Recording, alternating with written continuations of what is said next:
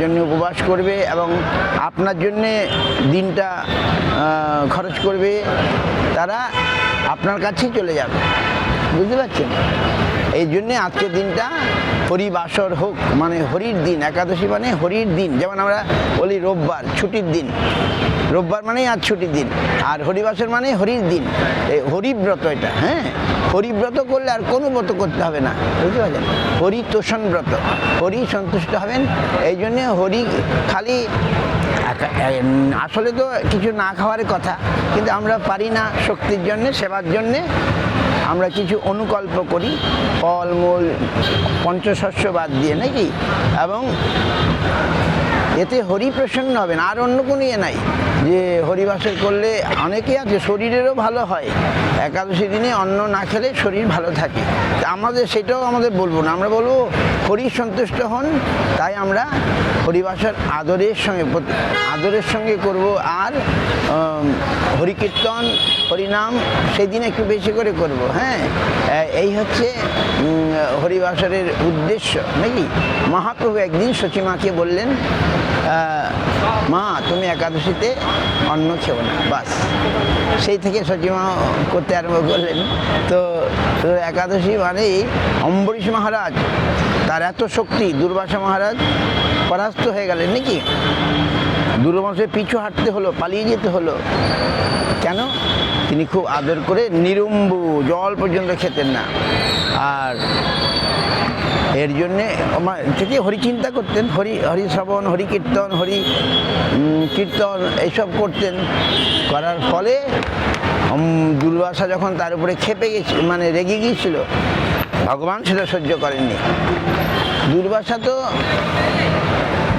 রেগে তাকে মেরে ফেলতে চাইলেন, নাকি?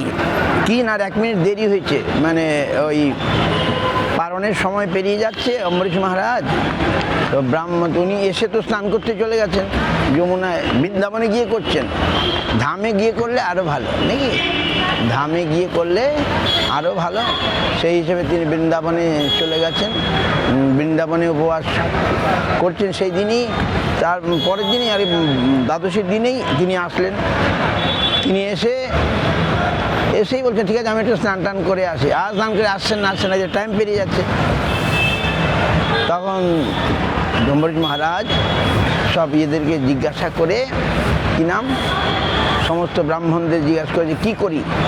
তখন ব্রাহ্মণরা বলল, আপনি তো নিরুম্ব করেছেন, আপনার জল খেলেও আপনার পালন হয়ে যাবে, এক গণ্ডূষ চরণামৃত এক ফোঁটা। তখন তিনি যেই জল এক গণ্ডূষ এক বিন্দু আর কি চরণামৃত জল পেয়েছেন, অমনি দুর্বাসা এসে রেগে গেলে, আমাকে না দিয়ে তুমি খেয়ে নিলে। আর রেগে একবার, তার তো রাখবে, কৃত্যা, জ্বলন্ত কৃত্যা, আগুনের মতো একটা মূর্তি বেরিয়ে আসে। সঙ্গে সঙ্গে ভগবানের সুদর্শন এসে তাকে মেরে ফেললো। আর এবারে দুর্বাসা দিকে ছুটতে আরম্ভ করলো। দুর্বাসা দিকে ছুটতে দুর্বাসা যখন ব্রহ্মলোক, শিবলোক, ব্রহ্মা বলে এই আমরা ঠেকাতে পারবো না, এটা আমাদের জিনিস নয়, যার জিনিস তার কাছে যাও। তখন শিবজি মহারাজ তাই বললেন যে যার জিনিস তার কাছে যাও, তুমি তখন তারা বিষ্ণুর কাছে গেলেন। বিষ্ণু বললেন, না আমি কিছু করতে পারবো না, তুমি কেন শুধু শুধু আমার ভক্তির উপরে, সে তো তোমার কিছু ক্ষতি করে নাই, তোমার অত রাগ কেন, যাও তার কাছে গিয়ে ক্ষমা চাও, সে যদি তোমায় ক্ষমা করে। তখন দুর্বাসা ছুটতে 1 বছর লেগেছিল, আর ততদিন তিনি কিছু খান নাই। কখন দুর্বাসা আসবেন তাকে খাইয়ে খাবো, সত্যযুক্ত তারা পারেন, বাতাস খেয়ে তাদের পারেন। তখন এসে দেখেন এখনো অম্বরীশ মহারাজ তার জন্য অপেক্ষা করছেন, তার মঙ্গল কামনা করছেন। সঙ্গে দেখে তিনি বলেন, ওহো অনন্ত দাসানাং মহত্তম দৃষ্টা মাধ্যমে, আজ আমি অনন্ত দাসগণের মহিমা দেখলাম। কি মহিমা?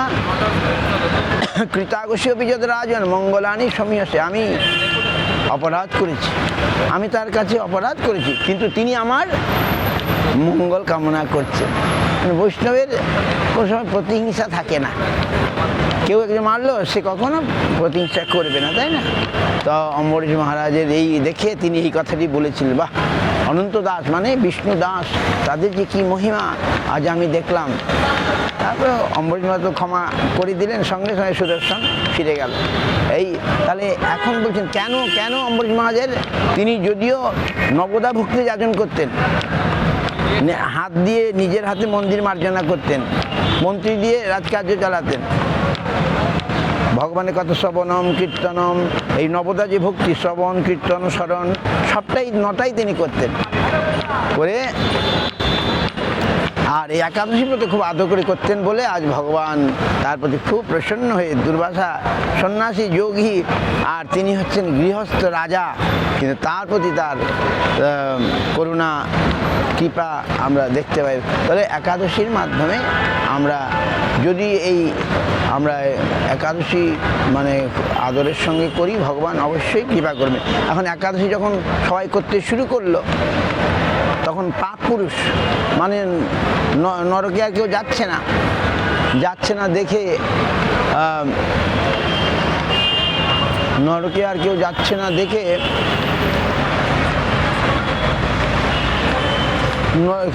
নরকের দরজা মানে বন্ধ হয়ে গেছে, কেউ যাচ্ছে না। পাপ পুরুষ এসে ভগবানের কাছে দাঁড়িয়েছে, প্রভু আমি খুবই দুঃখিত, কেউ আসছে না, আপনি তো সবাই এখন একাদশী করে চলে যাচ্ছে।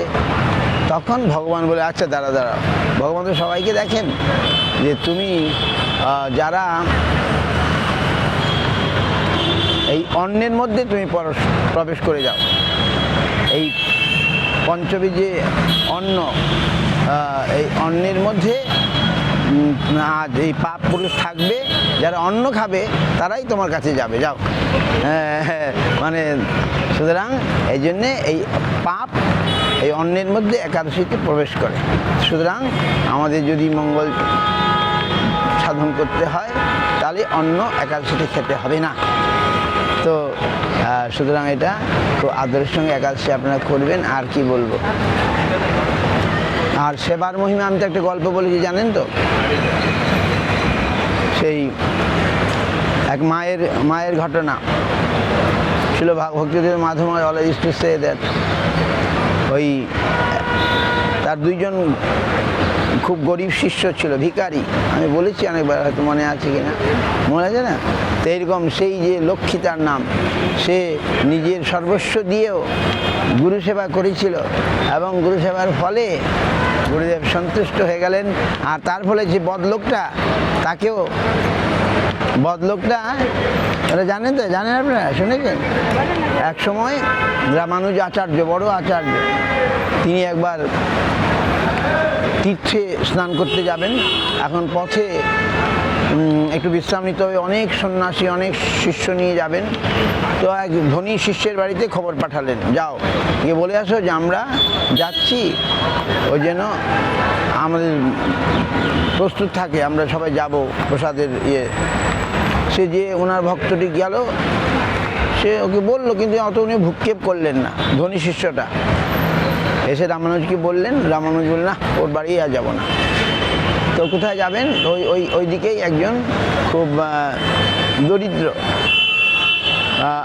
দুইজনের স্ত্রী আর স্বামী, ওই স্ত্রী যে লক্ষ্মী, ওর নাম, ওর একটাই কাপড়, এরকম অবস্থা, আর ওই স্বামী ভিক্ষা করে আনে, ওতে চলে। তো রামানুজ বললেন আমি ওর বাড়িতেই যাব। আর ওর বাড়িতে আছেন স্বামী, তখন ভিক্ষা করতে গেছে। আর এখন ও লক্ষ্মী তখন স্নান করছে, সে বেরোতে পারছে না, একটা কাপড় তো। তখন রামানুজ বুঝে তারপর তার একটা উত্তরে ছড়িয়ে দিলেন, তা সে বেরিয়ে আসলো, দেখে আরে বাবা গুরুদেব এসছেন, আর কি আনন্দ। সে একবারে, আর ওই ওর পাশেই একটা বদলোক থাকতো, ধনী, খুব ধনী। সে লক্ষ্মী সুন্দরী ছিল, লক্ষ্মীকে চাইতো, দেখো তুমি তো গরিব, তোমাদের আমি সব দেবো, টাকা পয়সা অর্থ আদি যা লাগে, তুমি আমার কাছে আসো। লক্ষ্মী সতী, সাধ্বী, ভক্তিমতী, সে কখনোই তাকে পাত্তা দিত না, ভ্রুক্ষেপ করতো না। কিন্তু আজকে গুরুদেব এসেছেন, এখন কী করলো? লক্ষ্মী ছুটে সেই ধনী লোকটার কাছে চলে গেল, গিয়ে বলো আমার গুরুদেব এসেছেন, এখনই এদের প্রসাদের ভোজনের ব্যবস্থা করতে হবে, তুমি করে দাও, আমি তোমার কাছে আসবো, রাত্রে আসবো, তোমার ইচ্ছা পূর্ণ করবো। এরকম বলে গেল। বাপরে বাপ! হ্যাঁ, লোকটার সঙ্গে সঙ্গে আরে বাপরে, আমি এতদিন বলে বলে লোভ দেখিয়ে কিছু হয়নি, তখন সে কী করলো, সব ইয়ে করলো, সঙ্গে সঙ্গে সব ব্যবস্থা করে দিল, এদের প্রসাদের সব পাওয়া হয়ে গেল। এরপরে ব্রাহ্মণ ভিক্ষা করে ফিরে আসলো। এখন ব্রাহ্মণ তো দেখে অবাক, খুব খুশি হলো, গুরুদেব এসছেন, কিন্তু কোথা থেকে এইসব আসলো। আর স্ত্রী একবারে সত্যি কথা বলে দিল, মানে তার নিজের দেহ বিক্রি করেও সে গুরু সেবা করতে চায়। এরকম দেখে স্বামীও রাগ করলেন না, তার স্ত্রীর ভক্তি দেখে তিনি অত্যন্ত খুশি হলেন। তারপর কি হলো, তারপর সন্ধ্যাবেলা রামানুজ তো সব জানেন, গুরুদেব যে তার কাছে যেতে হবে, তার কাছে লক্ষ্মী গেল, প্রসাদ নিয়ে গেল, গুরুদেবের যে এত প্রসাদ নিয়ে গেল, সে আজ লক্ষ্মীকে দেখে, লক্ষ্মীর যে তেজ জ্যোতি, তার যে ভক্তির যে পাওয়ার, সে একবারে স্তম্ভিত হয়ে গেল।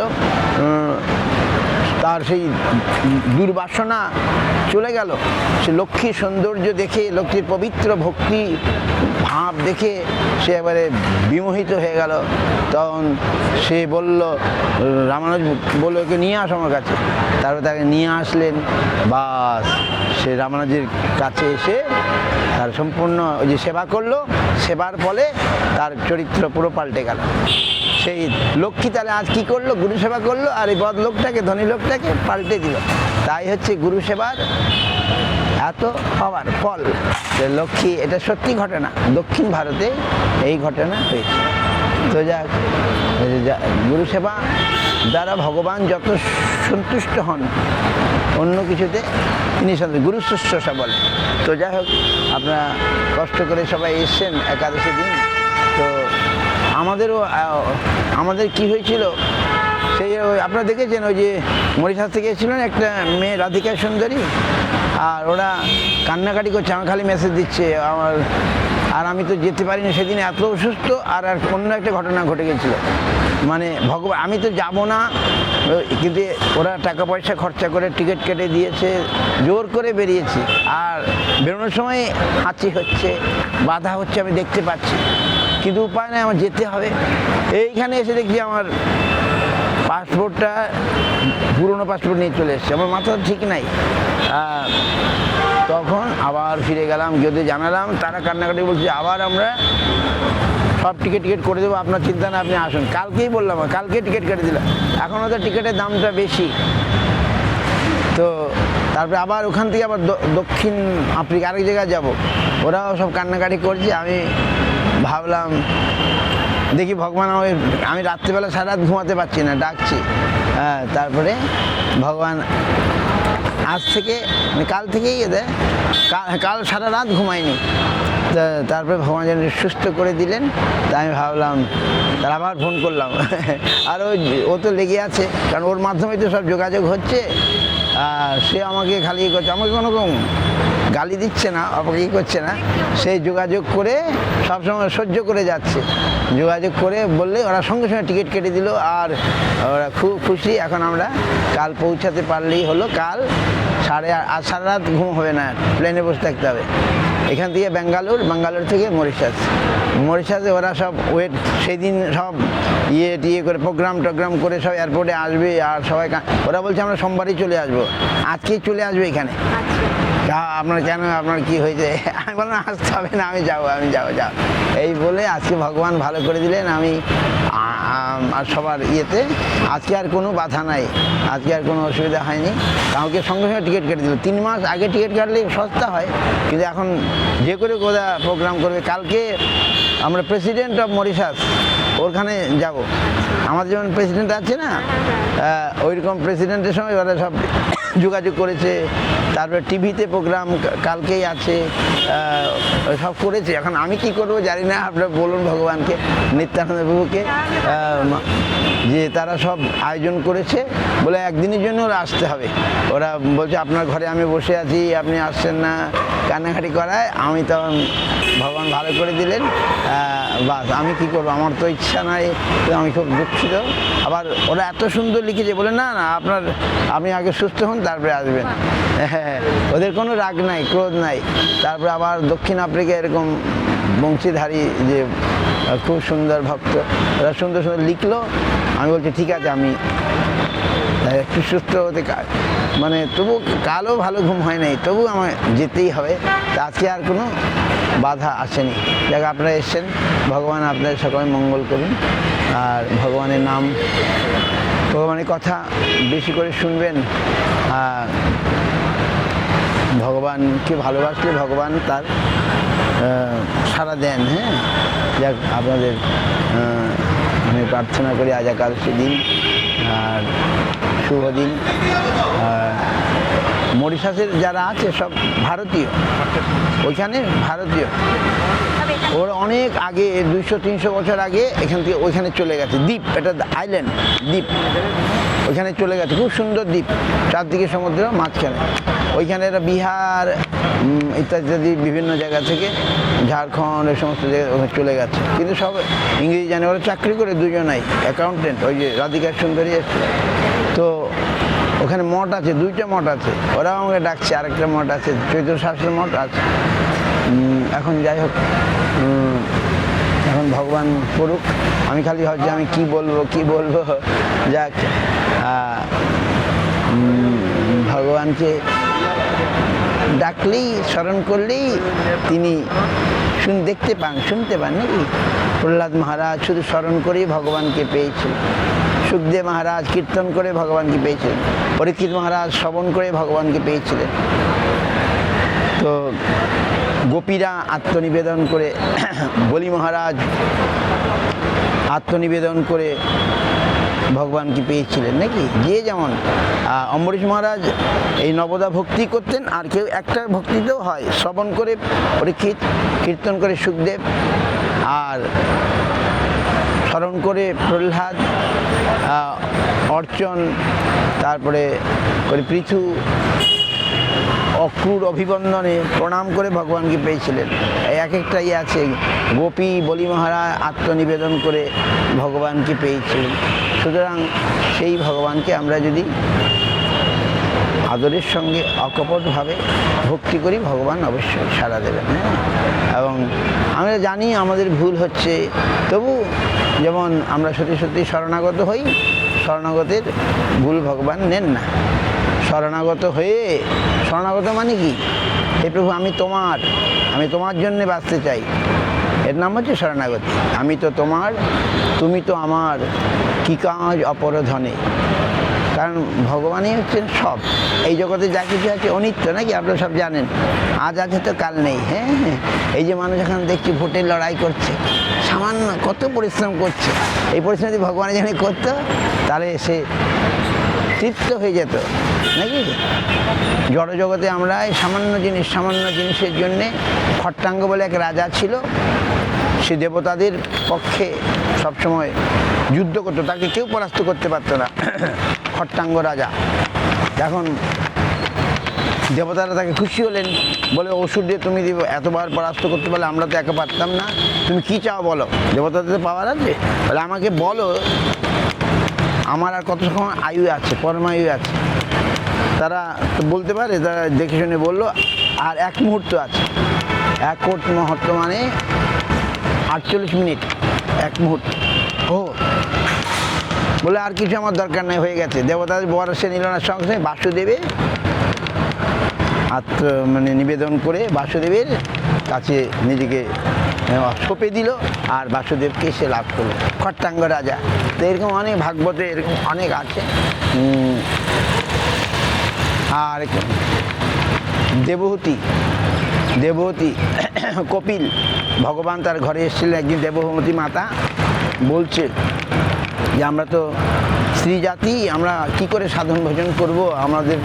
তখন তিনি বলেন, শতাং প্রসঙ্গান মম বীর্য সংবিত ভবন্তি হৃৎকর্ণ রসায়ন কথা তজ্জন আশ্র অপবর্গ বর্তনী শ্রদ্ধা ভক্তি রতির অনুক্রমিষ্যতি। তখন কপিল ভগবান মাকে বললেন,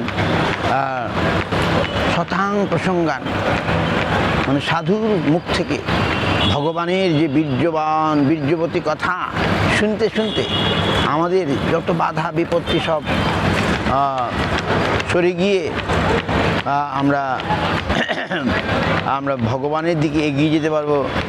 আর ক্রমে ক্রমে আমাদের শ্রদ্ধা হবে, রতি হবে, ভক্তি অনুক্রমে সাথে ক্রমে ক্রমে হবে। কিছু জানা মানে সাধু মুখ থেকে, ভক্ত মুখ থেকে আমার এই হরি কথা, ভগবানের কথা শুনতে শুনতে আমরা ভগবানকে লাভ করবো। বুঝতে পারছেন? ভগবানের লাভ করা তো বড় নয়, ভগবানের সেবা লাভ করবো নাকি। আমাদের উদ্দেশ্য ভগবানের সেবা। এই যে আপনারা করলেন, এটা হচ্ছে সেবা। আমায় কিছু নিয়ে যেতে হবে, কিছু নিয়ে যেতে হবে, খালি হাতে যাব না নাকি। যেমন সেই এই যে ভাব, এটার নামই ভক্তি। ভক্তি তো আলাদা কিছু নয়, ভক্তি আমার সেবা। ভক্তি মানেই সেবা, ভজ ধাতু সেবায় আমার। তো যাই হোক, আর কি বলবো, গোপীরা সবচেয়ে শ্রেষ্ঠ ভক্ত কেন? তারা ভগবানের সেবা ছাড়া কিছু চাইতো না। তারা ভগবানের সুখ ছাড়া আর কিছু, তারা নিজের জন্যে তারা কিছু চায়নি কোনো দিন। এই জন্য গোপীর ভক্তি হচ্ছে সর্বশ্রেষ্ঠ। তারা নিজেদের জন্য কিছু চায়নি, নিজের সুখ তারা চায়নি। আমরা এই জগতের মানুষ কি, আমরা চাই অপরে আমাকে সুখ দিক। গোপীরা কৃষ্ণের কাছে কখনো চায়নি, তারা কৃষ্ণকে শুধু দিতে চেয়েছে নাকি। এই জন্যে ওরা হচ্ছে শ্রেষ্ঠ। সর্বশ্রেষ্ঠ হচ্ছে বন্দে নন্দব্রজ স্ত্রীণাং পাদরেণু অভিক্তেশ। উদ্ধব মহারাজ তিনি তাদের চরণ বন্দনা করে বলছেন, এদের মতো মানে এত তারা কৃষ্ণে নিবেদিত প্রাণ, এদের মুখ থেকে হরিকথা শুনে, রাধারানীর মুখ থেকে হরিকথা শুনে বলেন আমার জীবন ধন্য হয়ে গেল, আমার জীবন ধন্য হয়ে গেল। সুতরাং সেই ভগবান